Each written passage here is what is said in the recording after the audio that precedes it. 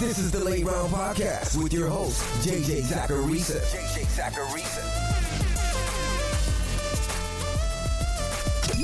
What's up, everyone? It's JJ Zachariason, and this episode 866 of the Late Round Fantasy Football Podcast. Thanks for tuning in. As I said last week, my prospect models got a little makeover this offseason. A lot of the same metrics are still used in them, but there are some changes too. And I'd argue that there were more changes done to the wide receiver model than the running back one. The wide receiver model, which has been named the ZAP model, like I said last week, but the wide receiver ZAP model has a handful of different factors that go into it. The goal of the model is to predict fantasy output for an incoming rookie across his first 3 years in the NFL. There are a handful of inputs within that model, but 3 of those inputs are production related. One of them has been a staple of the model, and that's collegiate yards per team pass attempt. It takes a player's receiving yards, and it divides that by his team's total pass attempts. Now, historically, the model had just looked at a player's top season in yards per team pass attempt. The metric breakout age, that used to be an input in the model, so age adjustments were happening elsewhere. All that mattered, though, was the best season in yards per team pass attempt. The ZAP model is a little bit different. Rather than taking that singular number, it creates a breakout score that's based on yards per team pass attempt. This is similar to what I talked about last week with breakout score at running back. Essentially, breakout score is my way of showing age-adjusted production. Rather than using something like breakout age, which is pretty binary and works off of dominator rating, a metric I don't really love in the first place, breakout score looks at a handful of thresholds that a player can hit in yards per team pass attempt. And it looks at a player's age when he gets to those thresholds. It then scores that player's breakout out of 100. Breakout score is entirely driven by yards per team pass attempt. It's adjusted for strength of program too, but it's the most important production-related metric in the ZAP model at wide receiver. But there's also now a fantasy points score. This is a new one. And I now realize that when you say that out loud, it sounds like I'm saying fantasy points scored. That's not what I'm saying. I'm saying fantasy points score. A player's fantasy point score is also out of 100. It's not age adjusted like breakout score, but it adjusts for how many pass attempts a team had, and it adjusts for the school that a player went to. Because obviously it's easier to score more points at South Alabama compared to Alabama. So it's basically a market share number, but with fantasy points. So we've got breakout score and fantasy point score. The last input is rushing production. That's the last production related input. Players get extra love in their ZAP score if they had rushing production in college. Now, where am I getting at with all this? Well, on today's episode, I'm going to look at the various production profiles from this year's draft class. And by production profiles, I'm talking about how these players look within the production metrics in the ZAP model. I'll just be focusing on breakout score and fantasy point score, though, because those are the 2 bigger inputs in the model. Like last week, I'll be comparing this year's draft class to successful wide receivers that we've seen in the NFL. Because these scores that I'm talking about are there to help predict NFL success. And if that's the case, then successful NFL wide receivers probably did pretty well within those scores, right? Hopefully at least. The question we're asking is, which players from this year's class produced like studs? That's what we'll be looking to answer. Before getting into things, I want to remind you about the Late Round Prospect Guide. The guide's currently available for pre-order on lateround.com, and it has everything you need to crush your rookie drafts this year. You get information about what goes into these ZAP models, there's prospect profiles, year 2 model profiles, and so much more. You can learn more about it over on lateround.com. Okay, so just to reiterate, I'm going to be comparing the wide receivers from this year's draft class to successful fantasy wide receivers in the NFL. That way we can see if there are any studs from this class. And by this class, I'm referring to the 39 wide receivers who were invited to the NFL Combine this year. By successful wide receivers, we've got to define that. What does it mean to be a successful NFL wide receiver from a fantasy perspective? Well, I'll be using similar parameters as I did last week on the running back episode. I'm defining successful wide receivers as wide receivers in the NFL who gave us multiple seasons since 2011 of 15 or more PPR points per game, with a minimum 8 games played for a season to qualify. So those are seasons where the wideout hit at least wide receiver 2 status, but more than just a low-end wide receiver 2. Using those qualifiers, you get 50 wide receivers, but a lot of those wide receivers entered the league a long time ago. We're dating this back to 2011, but some of those wideouts entered the league long before that. The ZAP model goes back to 2011, so not all of those wide receivers have readily available data to work off of. When you remove those players, you get 30 wide receivers, or 30 successful wideouts. The goal now is to look at that group of successful wide receivers and compare it to this year's draft class. More specifically, we'll compare collegiate breakout scores and fantasy point scores. So let's look at this group of successful wide receivers first. There are 30 wide receivers since 2011 who had multiple 15-plus PPR point per game seasons. When looking at their collegiate profiles, the median breakout score of this group is 92.9, which is a very high number when you consider 100 is the highest that a player can score. This is the successful group's median. Meanwhile, the median fantasy point score is 84. Again, that's a pretty high number, all things considered. Now let's shift our focus back to this year's draft class. The 39 wide receivers from this year's class have a median breakout score of 48.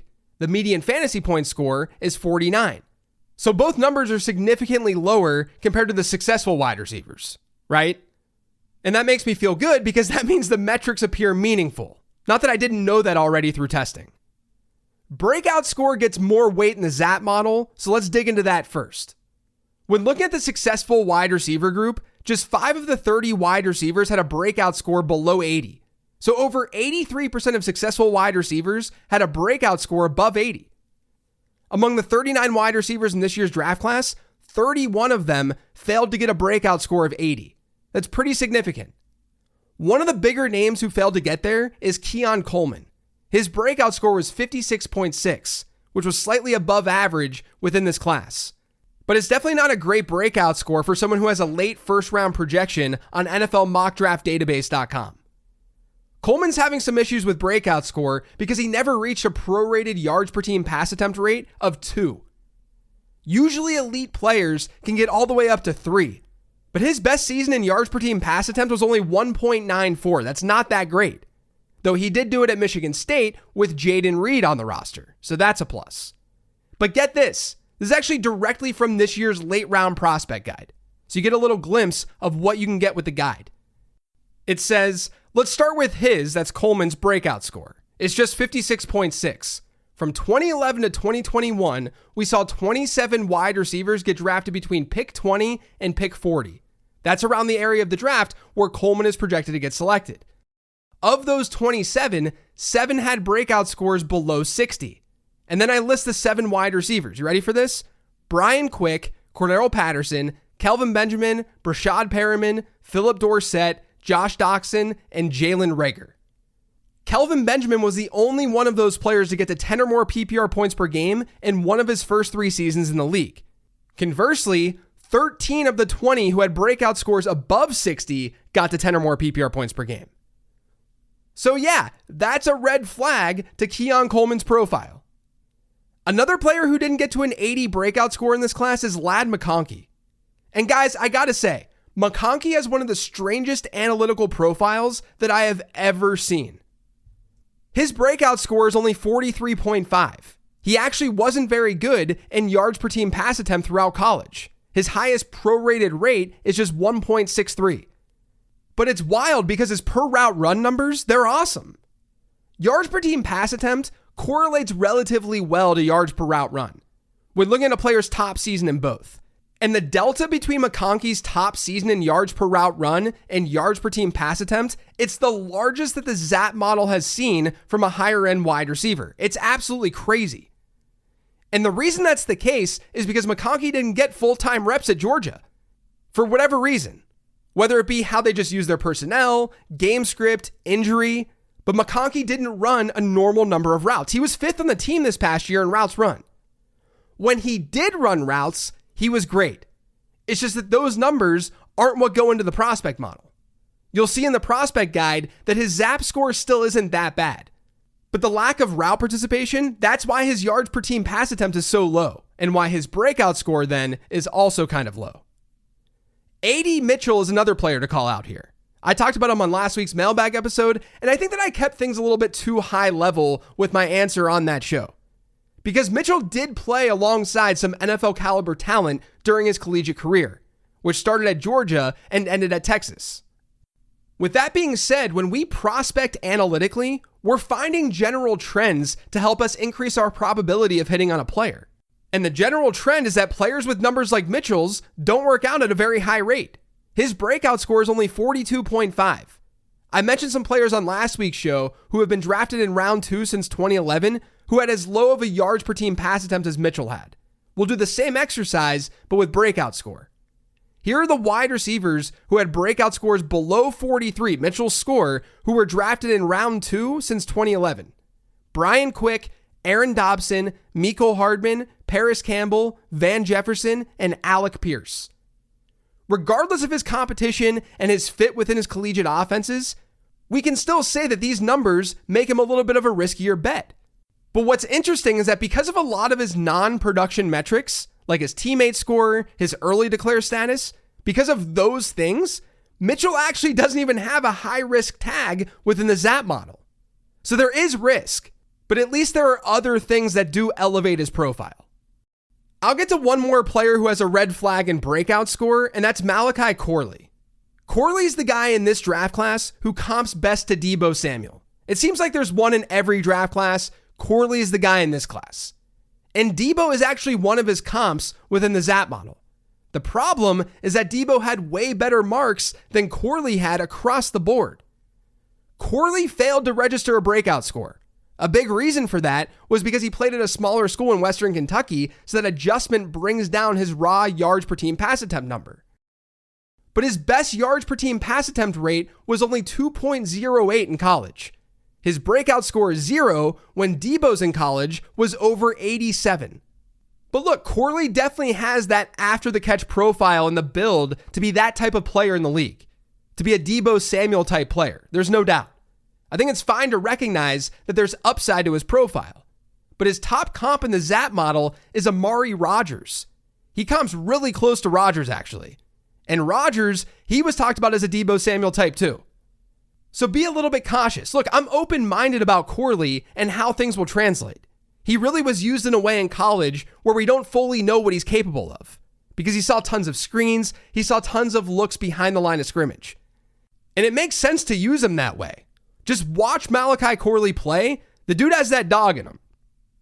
But at the same time, you have to question if all of this is a limitation. Now, there are other players I could shout out here who have lower breakout scores. Roman Wilson's only at 46.2, for instance. The Washington wide receivers not named Rome Odunze, they were lower too. But let's move on to fantasy point score. Remember, when looking at our successful wide receiver sample, their median fantasy point score was 84. That's significantly higher than this year's class. On top of that, only 3 of the 30 players in the successful wide receiver sample had a fantasy point score below 60. 25 of the 39 wide receivers in this year's class are under that mark. One of those players is Keon Coleman yet again. I already talked about him though, so let's move on. There really aren't any big name players that we haven't talked about yet who have horrible fantasy point scores. So instead of calling those guys out, the guys who are bad, who have red flags, I'll give some shouts to 2 players who have pretty decent scores that seem noteworthy. Roman Wilson's one of them. His breakout score, not the best. His fantasy point score, though, helps him out. It's 89.4, which is a huge plus for his profile. One other one that I want to shout out is Malik Washington. I'm really intrigued by Malik Washington's overall profile. He's a really fun player to watch because he's a slot guy who's not afraid of contact. He didn't have an amazing breakout score because his production at Northwestern wasn't amazing. But he got to Virginia last year and he dominated. He had a top 5 best season yards per team pass attempt in the entire class. And his fantasy point score, it's an impressive 85.9. So watch out for him. Okay, now for the big reveal. Were there any wide receivers in this year's class that matched or exceeded the successful group medians in both breakout score and fantasy point score?